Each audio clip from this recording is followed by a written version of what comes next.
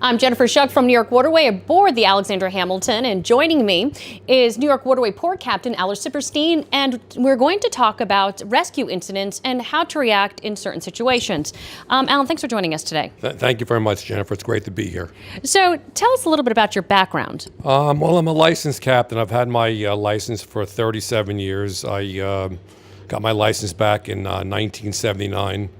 I've been in this industry and working with New York Waterways for 15 years. I'm going on my 15th anniversary, well, my 5th year anniversary, but 15 years on and off with the company. I'm also certified as a trainer I teach boat safety classes for the state of New Jersey, and I'm a certified trainer with the state police to train people on getting their boat licenses. So often, there are incidents that occur that aren't expected, obviously. Each situation is different. How do you prepare yourself for these situations? I think really a lot of it has to do with it. Maybe it's maturity from being a captain as long as you are.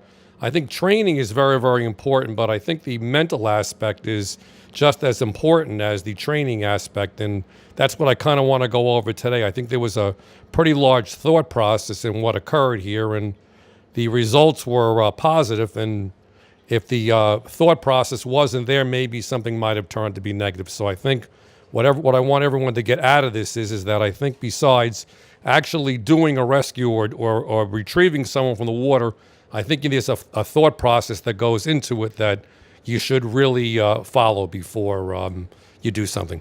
Before reacting. Okay, so the incident that we're talking about happened on August 30th. Of 2016. It was a Tuesday evening, and we had an incident with some kayakers. That's correct. Actually, in that particular case, along with training that I do with captains and deckhands in the afternoons, normally I'll ride the boats in the afternoons and do a little bit of pier management and a little bit of customer relations and a little bit of everything. That particular day, I was actually going down to Pier 11, which was one of our hubs down in New York, to kind of help out with crowd control that day. So you were going down to Pier 11, you were leaving Pier 79, which is a 39th Street ferry terminal, and you were boarding which boat? I was boarding the motor vessel Jersey City. That boat actually had departed from Port Imperial, and it actually had to make a stop at Pier 79, which is our Belford connection, and then take those passengers down to Pier 11, which I had planned on spending time down at Pier 11, just kind of managing crowd control down there.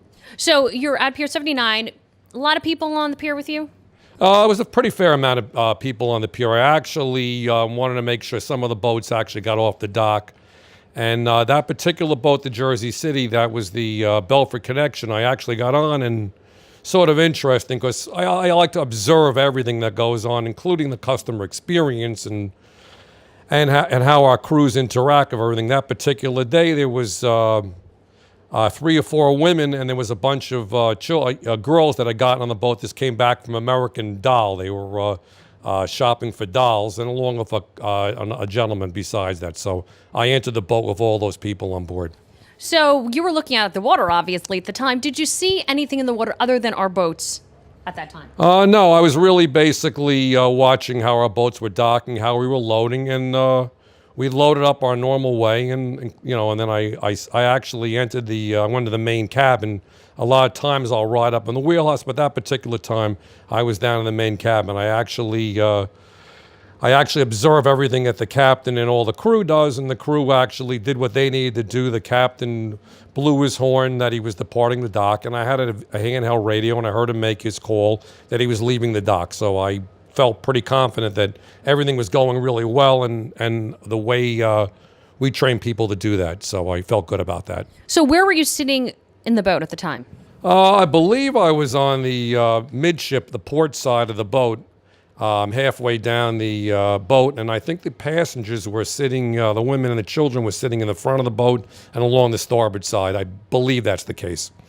Okay, so you're pulling out, talking to anyone, just hanging out, watching out the windows? Well, actually, I had 2 deckhands downstairs, and we were actually discussing the boat and the maintenance and find out if they had done engine room checks and how the boat was running and kind of looked around a little bit to see if the garbage was taken out and everything, and the boat was clean, the air conditioning was working. The things I'm supposed to be doing is what I was actually doing, so asking a lot of questions. Okay, and then all of a sudden you hear a bump on the boat. What did you think it was? Well, actually, what happened was the boat pulled out of Pier 79. Like I said, he blew his horn, made his call, and he picked up speed, and he had out of Pier 79. I'm actually sitting downstairs, and I heard a thud. And a couple of seconds later, the boat slowed down. And it seemed like he was kind of like maneuvering around like he may have hit something. So I actually got out of the chair, and I went into the... opened up the wheelhouse door and yelled up into the wheelhouse, "Is everything okay?" So at the time, though, he had spun around and he was facing the Jersey coastline? Well, actually, the actual approach out of Pier 79, he actually was heading south. He was actually heading more south. He was kind of along the pier line of the New York side. We usually stay on the New York side when we initially depart, and then we go mid-river from there. He was actually on his approach going out. Okay, so the deckhands are with you. They don't know what happened either. No, they don't. They were actually in the back of the boat. I was actually sitting downstairs in different sections. They were in the back of the boat doing what they were doing. I was actually just kind of like sitting there and just kind of observing the passengers on the boat to see what was going on and see if they were happy and everything. But I didn't want to interfere with their time because it was a boat ride and they enjoyed it. They wanted to make a day out of it, and it was a nice day. So it was just kind of enjoying the experience, and so did I want to enjoy it myself. Okay, so you hear the bump. You go out. The deckhands are coming from the back. Everyone goes onto the bow? No, actually what wound up happening was the boat actually, I heard a bump. The boat actually slowed down a bit, kind of maneuvered around, and I got up and I called up to the captain and I said, "Is everything okay?" He yelled down, "I think I hit some kayakers." So that's when it all kind of started here. So there was a lot of things racing through my mind, what was going to happen next. So the next step actually was that I actually opened up the door, went up into the wheelhouse with the captain, and we spun the boat around. And then when we turned the boat to the north, we were able to see what was actually going on. And it was, kind of shocking initially because I didn't see anything at all and had no idea what was really going on. So were there people upstairs in the boat, or that there's no decks up? Which the boat didn't have an upstairs? No, that boat actually is a single deck boat, and everyone was actually downstairs. So I went upstairs, and like I'd mentioned, I climbed up in the wheelhouse. We spun the boat around. I'm surveying the situation, and then I had to really.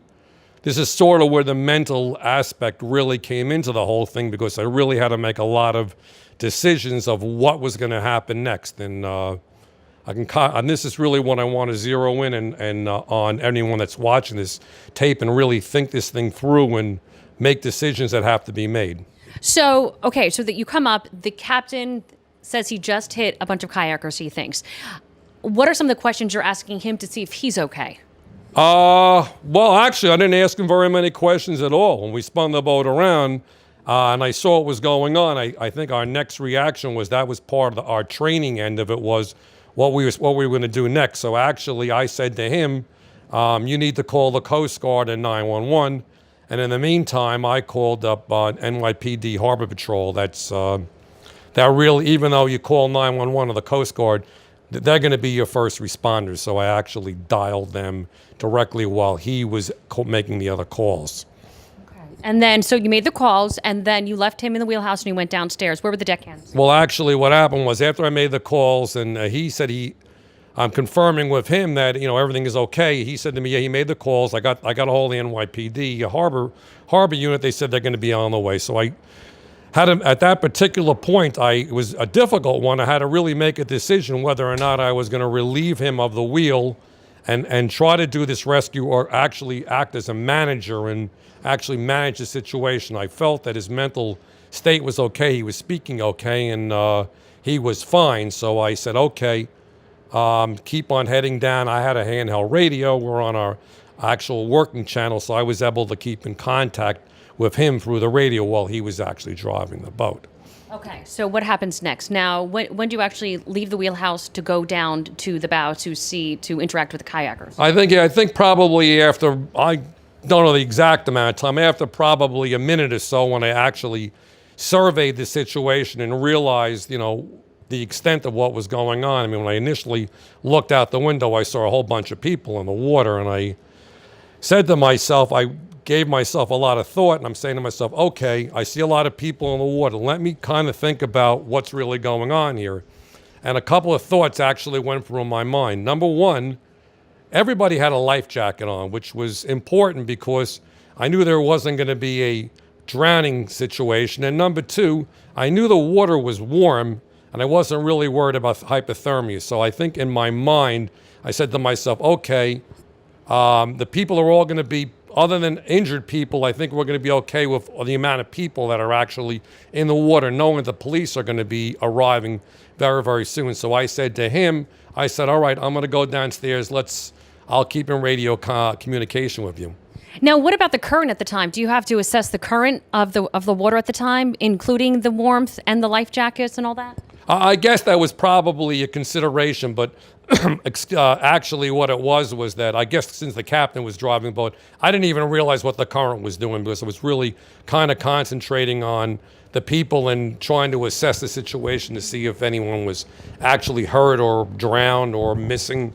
Wasn't really too sure what to expect next. And you're just processing all this very quickly. You're thinking before acting. Absolutely. I absolutely thought everything out before I acted because, again, you know, a mistake could actually be very, very detrimental at this particular time. Okay, so you're managing the captain is pilot, still at the wheel, and the deckhands. What is theirs? Well, the deckhands were actually at that particular point when I came downstairs. I said to them, they didn't even know themselves. And I came downstairs. I said that I think the captain hit some kayakers, and I think we got to be prepared for a rescue. So I think at that particular time, the deckhands, you know, doing what they were doing, they put life jackets on. In the back of my mind also, along with everything else that was going on, I had people on the boat that I had to be responsible for. And I mean, and really what we teach here as far as safety goes, it's always our number one concern really is, and in this order, safety of the customers,